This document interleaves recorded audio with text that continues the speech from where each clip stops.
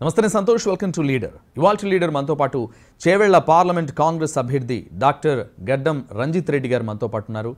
ఆయనతో మాట్లాడదాం. నమస్తే సార్. నమస్తే సంతోష్. ఎన్నికలు మరికొద్ది రోజుల్లోనే ఉన్నాయి. పోలింగ్ ప్రచారం ఎలా సాగుతోంది? ప్రజల నుండి స్పందన ఎలా ఉంది సార్? కొత్తగా ప్రచారం చేస్తే ప్రచారం ఎలా సాగుతుందన్న అభ్యర్థులకు కావాలి. అది నేను గత 5 సంవత్సరాల నుండి ప్రచారం చేస్తున్నా. ప్రచారము పేదల సంక్షేమం కోసం తిరిగి వాళ్ళ అవసరాలు రీత తిరగటాన్ని ప్రచారం అంటే నాది 5 సంవత్సరాలు నడుస్తుంది. నేను ఇప్పుడు కొత్తగా ఏం చేయట్లేదు. గత 5 సంవత్సరాలు ప్రజలలో మమేకమై ప్రజలతో అత్యంత సన్నిహితంగా ఉండి అందరు ఈ కుటుంబ సభ్యులుగా తిరుగుతున్నా కాబట్టి అదే కంటిన్యూ చేస్తున్నా. క్యాన్వసింగ్ అనండి ఏదన్నా 5 years బ్యాకే స్టార్ట్ అయింది. అసలు చేవెళ్ల పార్లమెంట్కి రంజిత్ రెడ్డి చేసిన అభివృద్ధి ఏంటి? ఇచ్చిన ఒక హామీ అన్న అమలు చేయలేదా అని చెప్పి ఎవరినైనా అడగండి. నేను కొత్తగా రాజకీయాలకు వచ్చి రాజకీయాలను అప్పుడు ప్రచారం కోసం తిరిగినప్పుడు చాలామంది చాలా అడిగినారు, నువ్వు రాజకీయాల కొత్తగా వచ్చినావు, ఇవన్నీ హామీలు ఉన్నాయి మాకు, అన్నీ నోట్ చేసుకున్నాను. ఎవరైనా ఎక్కడైనా ఈ హామీ అమలు కాలేదంటే నేను దానికి రెడీ. అంత కాన్ఫిడెంట్గా ఎవరు చెప్పగలుగుతారో తెలియదు. నేనైతే చెప్తున్నాను. నా ప్రత్యర్థులు చెప్తారా చెప్పారా అడగండి. అయితే గతంలో బీఆర్ఎస్ ఎంపీ అభ్యర్థిగా ప్రజల్లో తిరిగారు. ఇప్పుడేమో చెయ్యి గుర్తు కాంగ్రెస్ అభ్యర్థిగా ప్రజల్లో తిరుగుతున్నారు. అంటే ప్రజల నుండి ఆ రిసీవింగ్ ఎలా ఉంది? మనకు గత 5 సంవత్సరాల క్రితం ఎప్పుడైతే నేను ఎలక్షన్ బరిలో రాజకీయంగా కొత్త అరంగేట్రం చేసినో అప్పుడు కేసీఆర్ గారు నాకు టికెట్ ఇచ్చి నేను ఎవరో ప్రజలకు చూపెట్టి పరిచయం చేసినప్పుడు దాని తర్వాత పదే అదే చెప్తాను. పార్లమెంట్లో ప్రమాణ స్వీకారం చేసిన నాడు ఎంతో సంతోషం గర్వంగా ఉండే. ఏంటంటే ఇంత పెద్ద జనాభాలో 542 మందిలో నేను ఒక్కడిని. ప్రజలు నేను ఎవరో తెలియకుండా నన్ను ఆదరించారు. వాళ్ళ కోసం ఎంత చేసినా తక్కువే. ఎందుకంటే అక్కడ ఎంపీలతో మాట్లాడుతుంటే ఒక్కొక్కరు ఎంత కష్టపడ్డారు, ఎన్ని ఇయర్స్ కష్టపడితే ఎంపీ ఏంటో చెప్పారు. నేను 15 రోజుల ముందు వచ్చిన కేసీఆర్ గారు టికెట్ ఇచ్చారు, బరిలో దిగిన గెలిపించారు. సో ఎంత చేసినా తక్కువ అని ఆ రోజు అనుకొని అప్పటికెళ్ళి ఏ ఒక్కరోజు కూడా నా ఇంటికి వచ్చినా ఎవరికి లేడని చెప్పడము, అపాయింట్మెంట్ అడగడము, అపాయింట్మెంట్ అడిగిన లీడర్కి రిటైర్మెంట్ ఇవ్వాలని అప్పటికెళ్ళి చెప్తూ ఇంటికి వచ్చిన ప్రతి ఒక్కరిని ఇంటికి మనం ప్రజాక్షేత్రంలో ఉన్నప్పుడు ప్రజానాయకుడు ఉన్నప్పుడు ఇంటికి వచ్చినప్పుడు ఆదరించాలి, కూర్చోబెట్టుకోవాలి. వాళ్ళకి ఏదో చిన్న అవసరాలు రీత్యా వస్తారు, టైం లేదు, అపాయింట్మెంట్ అడగడం అవన్నీ నాకు ఇష్టం లేకుండా ఎవరు ఫోన్ చేసిన ఎత్తాలని ఆ రోజు డిసైడ్ చేసుకుని నా ఫోన్ నెంబర్ చెప్పాను అప్పుడు ప్రచారంలో. అదే ఫోన్ నెంబర్ ఇప్పటికీ ఉంది. ఇప్పటికి మీ ముందు కూడా చెప్తున్నాను, 9849055449. ఇది నా నెంబరు. గత 5 సంవత్సరాలు అదే, రాబోయే 5 సంవత్సరాలు అదే ఉంటుందని చెప్తున్నాను. సో ఇంత బలంగా చెప్పి అప్పటికెళ్ళి అదే పని చేస్తున్నా కాబట్టి నాకు సంతోషంగా ఉంది. బీఆర్ఎస్ నుంచి వదిలిపెట్టి వెళ్ళను అని కరాఖండిగా చెప్పిన రంజిత్ రెడ్డి ఇప్పుడు సడన్గా కాంగ్రెస్లోకి జాయిన్ అవ్వడం ఎలా చూడాలంటారు? సో ఎప్పుడైతే పార్లమెంట్లో చేసిన తర్వాత అప్పుడు నిజంగా వీళ్ళు చాలా ఇంపార్టెంట్, నన్ను ఇంత ఆదరించింది అనుకున్నాను. సో ఎప్పుడైతే నేను మొన్న ఖచ్చితంగా కాంటెస్ట్ చేయను, పార్టీ మారని డిసైడ్ చేసుకొని కేసీఆర్ గారికి కేటీఆర్ గారికి అదే మాట చెప్పిన తర్వాత నా అభిమానులు ప్రజలు వచ్చి లేదా నన్ను పోటీ చేయాలి, గెలవాలి, నీలాంటి నాయకుడు ఉండాలి మాకు, లేదా మమ్మల్ని ఎవరు చూసుకుంటారు అది అన్నప్పుడు అదేంది అనుకున్నాను. తర్వాత వాళ్ళు పదే నెంబర్స్ పెరుగుతూ వస్తున్నాయి రోజు. ఒకవైపు ఏమో సెంటిమెంటు పార్టీ కేసీఆర్ గారు పార్టీ పరంగా ఉండాలి అన్నది ఉండే, దాని ఒకవైపు మీద ఉండే. సో ఆ కులమానంలో ఏం చేయాలని డెసిషన్ తీసుకున్న వెల్ విషెస్ చాలామంది మాట్లాడు. సో ప్రజల మధ్యలో ఉండి వాళ్ళతో మమేకమై వాళ్ళకి అవసరాలు అయితే చేయాలనే అదే పెద్ద పీట వేయాలన్నప్పుడు మారక తప్పలేదు, అనివార్య కారణం. అంటే కేసీఆర్ గారు మొన్న కామెంట్ చేశారు, రంజిత్ రెడ్డి ప్రొద్దుతిరుగుడు పువ్వు, అంటే అధికారం ఎటువైపు ఉంటే అటువైపు వెళ్తాడు. రంజిత్ రెడ్డి కేసీఆర్కి వెన్నుపోటు పొడిచాడు, అవకాశం ఇస్తే, ఎంపీగా అవకాశం ఇస్తే వెన్నుపోటు పొడిచారు అంటూ కూడా కామెంట్ చేశారు. దీనికి మీ సమాధానం? కేసీఆర్ గారు నా రాజకీయ గురువు, పార్టీ ప్రెసిడెంట్గా ఆయనకి ఏదైనా రైట్ ఉంటుంది అన్నది. సో తను అనడం నాకేం తక్కువ చేయలేదు అనడం నిజంగా నాకేం తక్కువ చేయలేదు. మంచి స్థానం ఇచ్చాను, మంచి పేరు ఇచ్చాను అని. సరే పొద్దుతిరుగుడు పువ్వు అన్నా కూడా తప్పేది లేదు, ఎందుకంటే పార్టీ మారిన తర్వాత ఆయన కోపం మీద ఉంటారు. ఆ మాట అంటే నాకేం బాధ. కానీ ఎవరైతే వేరే వాళ్ళు వెన్నుపోటు పొడిచిండ్రు, నమ్మక ద్రోహం చేసిండ్రు, నేను పొడవలేదు. నేను వెన్నుపోటు పొడవలే, నమ్మక ద్రోహం అసలే చేయమని ఎప్పుడైనా ఎవరికైనా. ఎందుకంటే ఒక 5 years నా టర్మ్ అయిపోయిన తర్వాత నేను ముందు పోయినా ఒక పార్టీ టికెట్ మీద గెలిచి ఇంకో పార్టీ మారినా వాళ్ళు నమ్మక ద్రోహం చేసినట్టు, వాళ్ళు వెన్నుపోటు పొడిచినట్టు. నేను మారలే. నేను 5 years టర్మ్ అయిపోయినాక ఎలక్షన్ నోటిఫికేషన్ వచ్చిన తర్వాత ఇవన్నీ వేసుకొని అప్పుడు నేను డిసైడ్ చేస్తాను. అంటే బీఆర్ఎస్ కేసీఆర్ మళ్ళీ కూడా మిమ్మల్ని చేవెళ్ళ బీఆర్ఎస్ ఎంపీ అభ్యర్థిగా ప్రకటించినాక కూడా ఎందుకు మీరు కాంగ్రెస్లోకి జాయిన్ అయ్యారు, కాంగ్రెస్ నుంచి పోటీ చేస్తున్నారు? అంటే బీఆర్ఎస్ మీద నమ్మకం లేకనా, అంటే గెలవదని పని అయిపోయింది అనుకున్నారా? పని అయిపోయింది నాన్న. సో నాకు గెలువనని ఏవో రిపోర్ట్స్ వచ్చినాయి కాబట్టి అది డిస్కస్ చేశాను. అవన్నీ నేను చేయొద్దు అనుకున్నాను. కానీ అప్పుడు రేవంత్ రెడ్డి గారు పిలిచి ఇవి మాట్లాడి చెయ్యే మంచిగా ఉంటుంది ఇక్కడ అది అని చెప్పినప్పుడు, అంటే రేవంత్ రెడ్డి గారు ఎందుకు పిలిచారు నన్ను, మీ ఇద్దరం సహచర ఎంపీలం 5 ఏళ్ళు చాలా రెగ్యులర్గా కలిసేవాళ్ళం ఢిల్లీలో. సో ఆ సన్నిహితంతో ఆయన్ని పిలిచారు. ఒకసారి 2 సార్లు కూర్చున్నాం, మాట్లాడాం. తర్వాత ఈ ప్రెజర్స్ ఎప్పుడైతే ఉన్నాయో ఇవన్నీ ఈక్వేషన్స్లో మారడం అనివార్యమైపోయింది. మారిన తర్వాత ఇక ఇవే మొదలైపోయింది. యాజ్ ఎ ఎక్స్ బీఆర్ఎస్ ఎంపీగా చెప్పండి, బీఆర్ఎస్ ఓటమికి కారణాలు ఏంటంటారు? ఆ ప్రశ్నకు చాలా ఎవరు అడిగినా నేను ఆ ప్రశ్న కేసీఆర్ గారినో కేటీఆర్ గారినో అడిగాను. ఎందుకంటే చాలామంది చాలా రీజన్స్ చెప్తారమ్మా. కర్నూలు చావుకు 100 కారణాలు అన్నట్టు. పార్టీ పోయింది, పార్టీ పోతుందని ఎవరు అనుకోలేదు. నేనైతే అనుకోలేదు. చాలామంది అనుకున్నామని అన్నారు. తర్వాత నేనైతే అనుకోలేదు. సరే ఓడిపోయింది చాలా కారణాలు ఉన్నాయి. మీకు తెలుసు, నాకు తెలుసు. అలా కొత్త రకమైన ఇంకేమైనా రీజన్స్ క్షుణ్ణంగా ఆలోచించాలంటే వాళ్ళే చెప్పగలుగుతారు. రంజిత్ రెడ్డి కాంగ్రెస్లోకి వచ్చిన తర్వాత కాంగ్రెస్ ఎంపీ అభ్యర్థిగా పోటీ చేస్తున్న పరిస్థితుల్లో అక్కడున్న చేవెళ్ల పార్లమెంట్ కాంగ్రెస్ క్యాడర్ ఏ విధంగా రిసీవ్ చేసుకుంటుంది? అంటే యాక్సెప్ట్ చేశారా మిమ్మల్ని కాంగ్రెస్ అభ్యర్థిగా? నేను ఒక 10 రోజులు నిద్రపోలేదు పార్టీ మారే ముందు. సో ఎట్లా మారితే ఎట్లా అని ఆలోచించేవాడిని. ఎప్పుడైతే పార్టీ మారాలని అది డిసైడ్ అయిపోయి అంత అయిపోయాక కండువా కప్పుకున్న తర్వాత ఫస్ట్ మీటింగ్ పెట్టారు రేవంత్ రెడ్డి గారు తన ఇంట్లో. ముఖ్యమంత్రి గారు అందరు ముఖ్య నాయకులను పిలిచి 7 కాన్స్టిట్యున్సీలను పిలిచి అతను కూడా వచ్చి కూర్చొని ఇంట్రొడ్యూస్ చేశారు. ఆ క్రమంలో వేదిక మీద కూర్చున్న నాయకులు అందరూ నా గురించి చాలా చక్కగా చెప్పారు. అవతల పార్టీలు ఉన్నా కూడా చాలా మంచి పనులు చేసిండు, చాలామందికి హెల్ప్ చేసిండు, మంచి పేరు ఉండే, చాలా సంతోషం మా పార్టీలోకి వచ్చిండు. కొంచెం భయంగానే పోయాను. అక్కడ పోయాక ఏమైనా మాట్లాడితే బాగుండదేమో అని.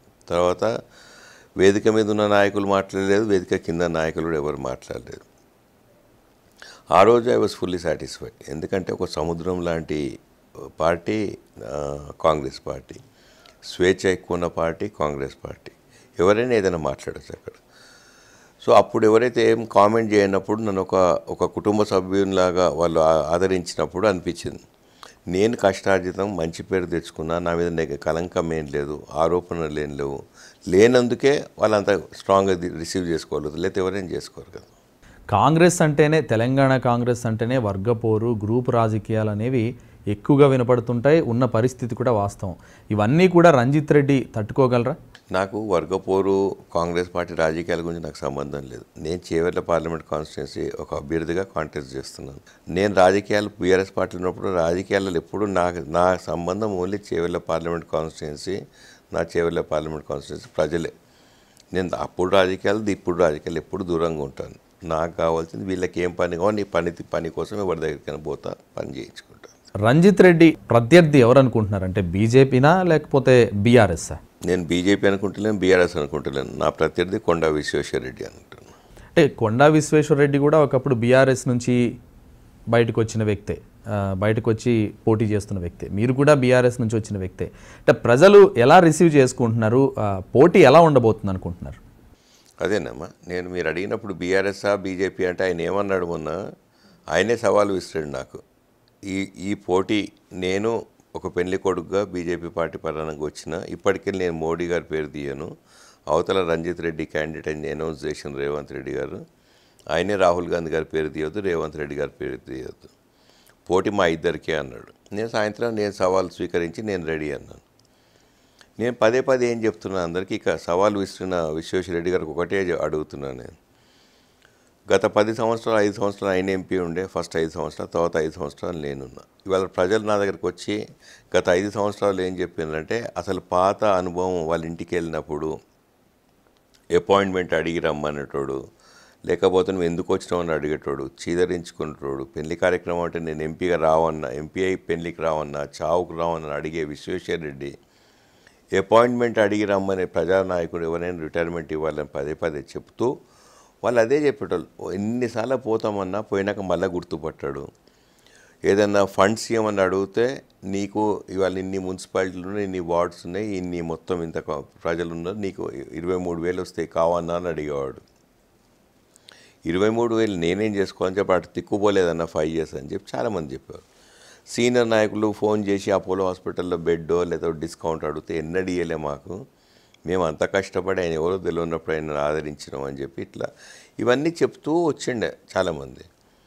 నేనేమో చాలా డిఫరెంట్గా బిహేవ్ చేశాను. ఎవరు అవసరం వచ్చినా చేస్తూ పోతుంటే అవసరాలు వాళ్ళకు తీరినాక వాళ్ళు వచ్చి ఇదే చెప్పేది, ఆ డిఫరెన్స్ చూస్తున్నాం అన్నది. నేను ఇంటికి వచ్చిన వాళ్ళు ఎవరిని ఏ పార్టీ అని అడిగాను. దాని తర్వాత వాళ్ళకి ఎవరైనా హెల్ప్ చేసిన తర్వాత నాకు మా కార్యకర్తలు ఫోన్ చేసి అప్పుడు బీఆర్ఎస్ పార్టీ వాళ్ళు అదేందన్నా కాంగ్రెస్ పార్టీ వాళ్ళకి హెల్ప్ చేసినాం అని అడిగారు. నేను అన్నా వాళ్ళకి అవసరం వచ్చినప్పుడు పార్టీ అడగొద్దు, ఏ పార్టీ అయినా హెల్ప్ చేయాలి, వాళ్ళకి నచ్చితే మనకే ఇస్తారు తర్వాత అని చెప్పేవాడు. అవన్నీ నాకు ఇప్పుడు కలిసి వచ్చిన అంశాలే అనుకోవచ్చు, ఏదన్నా కావచ్చు. తెలంగాణ ప్రభుత్వాన్ని కూల్చేస్తామని బీజేపీ బీఆర్ఎస్ పదే పదే చెప్తున్నాయి, ఏమంటారు దీనిపైన? ఒక పార్టీ కూలగొట్టాలంటే ఎత్తుగడలు వేస్తూ అంటారు కదా. ఇప్పుడు ఇవాళ 64 ఎమ్మెల్యేలు ఉన్న కాంగ్రెస్ పార్టీని కూలగొట్టాలంటే అవతల పార్టీ ఎంత స్టేబుల్ ఉందని కూడా ఆలోచించుకోవాలి కదా. సో రేవంత్ రెడ్డి గారు పదే పదే చెప్తారు, నువ్వు అట్లాంటిదో మొదలు పెడితే నేను నీకంటే ఎక్కువ మొదలు పెడతా అని చెప్పి స్టార్టింగే చెప్పారు. ఇక బీజేపీ పార్టీ వాళ్ళేమో ఈ ప్రయత్నం ఎందుకు చేయాలంటే ఇక్కడ గట్టిగా ఉందా లేదా అని చూస్తారు. ఇక్కడ వాళ్ళు ఇంకంతకంటే ఎక్కువ ఏం చేయగలుగుతారు, వాళ్ళకు ఉన్న సీట్లన్నీ ఏం చేయగలుగుతారు వాళ్ళు. బీజేపీ ప్రధానంగా హిందుత్వ ఎజెండాతోనే ప్రజల్లోకి వస్తుంది. ముఖ్యంగా కొండా విశ్వేశ్వరరెడ్డి కూడా కొన్ని ఆలయాలు తిరుగుతూ హిందుత్వ ఎజెండానే ప్రధానంగా నమ్ముకున్నారు. అంటే ఈ హిందుత్వ ఎజెండా అనేది పనిచేస్తుందంటారా? 14లో అది చేశారు, 18లో అది చేశారు, 23లో కూడా అదే చేస్తా అంటున్నాడు. గత 5 సంవత్సరాలు ఎప్పుడు దండాలు పెట్టకుండా ధోతి గీతి కట్టుకొని తిరగకుండా తిరిగే విశ్వేశ్వరరెడ్డి ఇప్పుడే గుర్తుకొచ్చిందా హిందుత్వం? ఇప్పుడే గుర్తుకొచ్చిందా దేవుని భక్తి? ఇప్పుడే బొట్లు పెట్టుకొని తిరుగుతున్నాడుగా. అట్లా చేయొద్దు. మనం అందరం హిందువులమే, అందరికి భక్తి ఉంటుంది. భక్తి కులమానం అంటుంటుందా?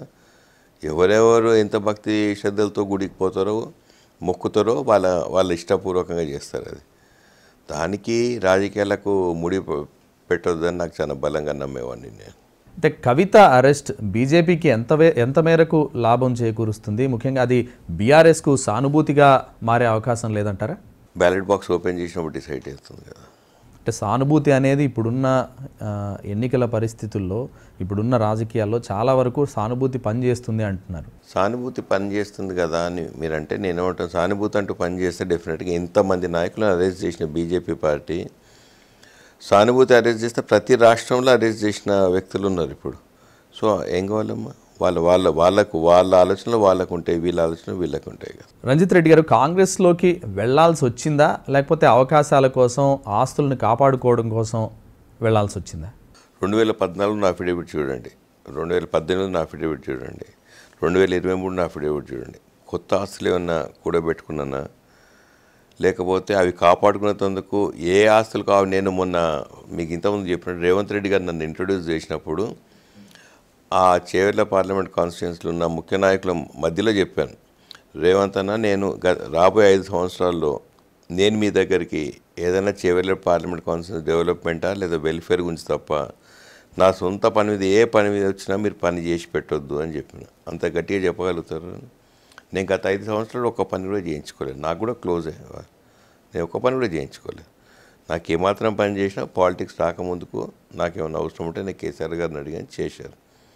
పాలిటిక్స్కి వచ్చినాక పర్సనల్గా ఏం ఒక ట్రాన్స్ఫర్ అడగలేను నేను ఇప్పుడు కేసీఆర్ గారిని, కేటీఆర్ గారిని. నేను పర్సనల్గా బెనిఫిట్ అయ్యేది నాకు ఏం అవసరం, నాకు బిజినెస్ పరంగా నేను మంచి సెటిల్ అయిన దేవుని దయ వలన, నాకు అట్లాంటి అవసరాలు ఏం లేవు. అలాగే రహదారి ఏర్పాటులో తమదే క్రియాశీలకం అంటూ బీజేపీ అభ్యర్థి కొండా విశ్వేశ్వరరెడ్డి ప్రచారం చేస్తున్నారు, మీరేమంటారు దీనిపైన?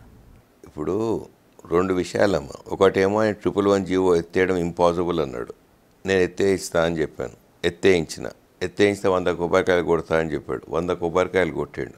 ఆ రోజు ఆయన ఓటమి యాక్సెప్ట్ చేసినట్టు. రహదారి నేను చేయించుకొచ్చినా రంజిత్ రెడ్డి అబద్ధాలు ఆడుతుండు అంటున్నాను. మీరు జర్నలిస్ట్ సోదరులు కూడా భలే వింత అనిపిస్తుంది. ఆయన అడిగినప్పుడు అది రాసుకుంటారు, నేను చెప్పింది నాది రాసుకుంటారు. మరి విశ్వేశ్వరరెడ్డి గారు రంజిత్ రెడ్డి ఆయన తెచ్చిన అంటుండు, తెచ్చిన శాంక్షన్ లెటర్ చూపెట్టండి, టెండర్ డేట్ చూపెట్టండి, శంకుస్థాపనకు వచ్చినప్పుడు గడ్కరీ గారి పక్కకి ఎవరు నిలబడ్డారో ఫోటో చూపెట్టండి అని అడగవచ్చు కదా. అంతే కదా మరి శాంక్షన్ లెటర్, డేటు, టెండర్లు, ఫోటో చూడండి సరిపోతుంది. ఆయన తెచ్చిండా నేను తెచ్చిన రహదారి. అలాగే సాగు జలాలు లేక భూములన్నీ కూడా బీడు భూములుగా మారిపోయిన పరిస్థితి. సాగునీటి జలాల కోసం రంజిత్ రెడ్డి చేసిన కృషి ఏంటి? పాలమూరు రంగారెడ్డి ప్రాజెక్ట్ గురించి నీళ్ళు అందిస్తామని చెప్తూ ఉంటారు కదా. నేనేం చేశాను, కేసీఆర్ అని అడిగితే అయిపోతుంది, దగ్గర పడింది అని చెప్పాను. నేను వెళ్ళి చూశాను. సో ఉద్దండపూర్ లక్ష్మీదేవిపల్లి దాకా వస్తుంది, అక్కడ దగ్గర వెళ్ళి ఇంకా నెక్స్ట్ మన పరిగికి టచ్ అవుతుంది అని చెప్పి అంటే నేను వెళ్ళి చూసిన తర్వాత నేను చేవెళ్ళ పార్లమెంట్ కాన్స్టిట్యూన్సీలో ప్రజాప్రతినిధులు ఒక 1000 మందిని మార్నింగ్ 6కి వెళ్ళి ఈవినింగ్ వరకు తిప్పి అన్నీ చూపెట్టారు.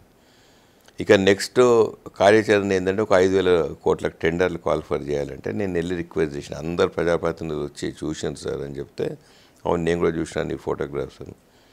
దీనికి ఇమీడియట్గా మనం ఇంప్లిమెంట్ చేస్తే బాగుంటుంది, అక్కడ దాకా వచ్చింది రంగారెడ్డి జిల్లాకు వస్తలేదు అంటే ఇమీడియట్గా సిఈ గారిని పిలిపించడం జరిగింది, టెండర్స్ క్వాలిఫై చేయడం. సార్ అప్పుడే ఎలక్షన్స్ వచ్చినాయి కాబట్టి టెండర్స్ కూడా క్వాలిఫై చేశాను. ఇప్పుడు ప్రభుత్వం దాన్ని ఏమన్నా మాడిఫై చేసి ఇంకేమైనా చేస్తారా, కానీ 100% ప్రతి ఎకరాకు సాగునీరు అందబోతుంది. అలాగే విద్యా వైద్య రంగాలపై మీ అభిప్రాయం ఏంటి రంజిత్ రెడ్డి? విద్యాపరంగా సంతోష్, నిజంగా కోవిడ్ టైంలో ఎంత ఇబ్బంది పడ్డారమ్మా అందరూ. విద్యాపరంగా ఎంత ఇబ్బంది పడ్డారో, వైద్యపరంగా దేశమంతా అల్లాడిపోయింది. అప్పుడు విద్యాపరంగా ఆన్లైన్ క్లాసెస్ మొదలెడతా అన్న ప్రభుత్వం ఊర్లలో ఇండ్లలో ఎవరి ఇంట్లో అయితే టీవీ లేదో వాళ్ళు ఆన్లైన్ క్లాస్ ఎట్లా అటెండ్ కావాలని మీటింగ్లు అడిగాను. నేను అడిగితే డీఓ కూడా దాటేసిండ్రు అన్నమాట. నేను లాస్ట్కి మళ్ళీ అడిగాను, అట్లా దాటేయకండి, లేని ఇండ్ల గురించి చెప్పండి అన్నారు. అక్కడ మిగతా ఆఫీసర్స్ని వాళ్ళు ఏం చెప్పినారంటే పక్కింట్లోకి పోయి చూస్తారు సార్, ఎవరైనా ఇంట్లో ఈ మధ్యలో ఎలవ్ చేస్తారా ఊర్లలో అని అప్పటిదప్పుడు డిసైడ్ చేసి ప్రతి ఊరికి ప్రతి గ్రామ పంచాయతీకి ఒక టీవీ పెట్టించి కనెక్షన్ ఇచ్చి ఆన్లైన్ క్లాసెస్ పిల్లలు అటెండ్ అయ్యేటట్టు. బీఆర్ఎస్ నాయకులకు అప్పుడు కొందరు చెప్పారు, మీరు పోయి ఆన్లైన్ కొన్ని క్లాసెస్ చెప్పండి, నేర్పియండి, కోవిడ్ టైంలో భయపడి ఇంట్లో కూర్చోకండి. నేను వచ్చి తిరుగుతున్నాను, నాకు కూడా భార్య పిల్లలు ఉన్నారు. కొండా విశ్వేశ్వరరెడ్డి దొర ఆయన ఇంటి పేరు కొండ అన్న పేరు ఉంటుంది, వాళ్ళు బయటికి రారు, వాళ్ళకి ఎంపీ ఒక స్టేటస్ సింబల్. నేను ఒక సేవకునిలాగా పనిచేసేందుకు వచ్చినప్పుడు కోవిడ్ వస్తే ఏమవుతుంది, ప్రజలు కోవిడ్లో వచ్చి ఇంట్లో దాచుకొని పడుకోమని చెప్పి మనకు ఓట్లు వేయలేదు, కానీ నేను తిరిగాను, నాతో పాటు తిప్పాను, నిత్యావసర వస్తువులు ఇచ్చాను, ఇక్కడ ఫుడ్ వండిపించి ప్యాక్ చేయించి ప్రతి ఊరు తిరిగి ఇచ్చుకుంటూ ఎంతో ఇది, ఎందుకంటే వాళ్ళకి ఆ రోజు అవసరం అది. వైద్యపరంగా ఈ రోజు కూడా చెప్పండి అమ్మా, ఎన్ని ఊర్లలో వైద్యం అందుతుంది మనకు. వైద్యపరంగా ఎంత చేసినా తక్కువ ఈ దేశంలో. వైద్యం రెండు నిజంగా ఒక కుదుటపడి మంచిగా ఒక స్టేజ్కి వచ్చిందంటే దేశం 100% ముందుకు పోతుంది. నేను ఆరోగ్య చేవెళ్ళని ఒక రథం పెట్టి బస్సు పెట్టి మొత్తం గ్రామాలు తిప్పిన, ప్రతి ఊరికి సేవలు అందించిన. బ్లడ్ ప్రెషర్ చూసిన, డయాబెటీస్ చూసిన, నెలల కొద్ది మందులు ఫ్రీగా ఇస్తూ పోయినా. ఆయనకు అంత పెద్ద అపోలో హాస్పిటల్ నుండి ఏం చేసిండమ్మా, ఇవ్వాలి కదా. అసలు కోవిడ్ టైంలో పెద్ద లీడర్లు ఫోన్ చేస్తే బెడ్ ఇవ్వలేదు, డిస్కౌంట్ల గురించి పక్కకు పెట్టండి. ఇంటికి పోతే నీదే పార్టీ అని అడిగేవాడు. ఏంటి అసలు రాజకీయాలు ఉన్నప్పుడు నేనైతే నిజంగా అపోలో హాస్పిటల్ అంత పెద్ద హాస్పిటల్ నాకే ఉంటే ఓ స్పెషల్ వార్డే పెట్టేవాడిని, చేవెళ్ళ పార్లమెంట్ కాన్స్టిట్యున్సీ ప్రజలు ఎవరైనా వస్తే ఇక్కడ రండి అని. ఎటు చూసినా చేవెళ్లలో చేవెళ్ళ రంజిత్ అనేది ఎక్కువగా సాంగ్ వినిపిస్తుంది. అంటే ఆ చేవెళ్ళ చెయ్యి గుర్తు ప్రజల్లోకి వెళ్ళిందా? గతంలో కారు గుర్తునింది, ఇప్పుడు ఆ చెయ్యి గుర్తు ప్రజల్లోకి వెళ్ళిందంటారా? చేవెళ్ళలో చెయ్యి గుర్తు చాలా స్ట్రాంగ్ ఉంది. ఎందుకంటే మొన్న 3 ఎమ్మెల్యేలు గెలిచిండ్రు, మిగతాయి మొన్న మంచి అంటే 6 లక్షల ఓట్లు వచ్చాయి మొత్తం. బీఆర్ఎస్కి 7 వస్తే ఇక్కడ 6 వచ్చాయి, బీజేపీ చాలా దూరంగా 3 లక్షల్లో ఉంది. చేవెళ్ళ రంజిత్లో అది ఏదో ర్యాప్ సాంగ్ చేశారు, చాలా మంచి యాక్సెప్టెన్స్ వచ్చింది, పిల్లలందరూ వైబ్స్ తోటి తిరుగుతున్నారు. చేవెళ్ళ అన్నది ఇంపార్టెంట్, అందుకే చెయ్యి రంజిత్ అన్నది పక్కకు పెట్టండి. చేవెళ్ళ అన్నది నాకు గుండె నిండా నా శ్వాస, నా ఆశ చేవెళ్ళ బాగుపడాలి. ఇవాళ ప్రజలందరూ చెయ్యిని కోరుకున్నారు కాబట్టి నేను చెయ్యిని ఎంచుకున్నా కాబట్టి చేవెళ్ళ రంజిత్ అని పెట్టి చేశారు, చాలా మంచి యాక్సెప్టెన్స్ వచ్చింది. ఆ వైబ్స్ వస్తున్నాయి, రంజిత్ అన్నప్పుడు కావాలి చేవెళ్ళ పార్లమెంట్ కాన్స్టిట్యున్సీకి. గతంలో మీరు ఎంపీగా ఉన్నప్పుడు చేవెళ్ళకి చేయాలనుకుని చేయలేని పనులు ఏమైనా మిగిలి ఉన్నాయా? రేవంత్ రెడ్డి గారి సపోర్ట్ ఎలా ఉంది? ఎలాంటి హామీతో మీరు కాంగ్రెస్ అభ్యర్థిగా పోటీ చేస్తున్నారు? నేను ఇంతకుముందు చెప్పినట్టు ఇచ్చిన ప్రతి హామీ అమలు చేసిన సాటిస్ఫాక్షన్ ఒకటి ఉంది, కానీ డెవలప్మెంట్ అనేది ఒక కంటిన్యూస్ ప్రాసెస్, ఒక దగ్గర ఆగదు. అలాంటి డెవలప్మెంట్లో కామా ఉంటుంది తప్ప ఫుల్ స్టాప్ ఉంది. ఎందుకంటే ఎప్పుడు ఒక డెవలప్మెంట్ వస్తే ఇంకా బెటర్ డెవలప్మెంట్ కావాలని అడుగుతారు ప్రజలు, మనకు కూడా తెలుసు ఆ డెవలప్మెంట్ కావాలి. ఇప్పుడు సిటీ పరంగా లాజిస్టిక్స్ ఇంకా బెటర్ కావాలి, అవి కావాలి, తర్వాత నీళ్లు కావాలి, కరెంటు 100% మంచిగా ఉండాలి. ఈ 3 ఫ్యాక్టర్స్ సిటీ అర్బన్ క్రౌడ్ కావాలి. రూరల్ సైడ్ ఇంకా డెవలప్మెంట్ కావాలమ్మా. ఫుడ్ ఇండస్ట్రీస్ రావాలి, ఫుడ్ ప్రాసెసింగ్ రావాలి. నా కాన్స్టిట్యున్సీ మొత్తం గడ్డ మొత్తం వెజిటేబుల్స్ పండిస్తారు, హార్టికల్చర్ బాగా డెవలప్ అయింది, ఎడ్యుకేషన్ హబ్. కానీ నా గడ్డ మీద ఉన్న ప్రజలు అంత మంచి ఫోకస్ లేదు వాళ్ళకు. విద్య మీద స్కిల్ డెవలప్మెంట్ చేయించాలి, ఇండస్ట్రీస్ రావాలి, ఎంప్లాయ్మెంట్ రావాలి, ఇవన్నీ చేయించాలి, కంటిన్యూస్ ప్రాసెస్ చేయాలి అంతే. ఫైనల్గా చేవెళ్ల పార్లమెంట్ నియోజకవర్గ ప్రజలు రంజిత్ రెడ్డికి ఎందుకు ఓటేయాలంటారు?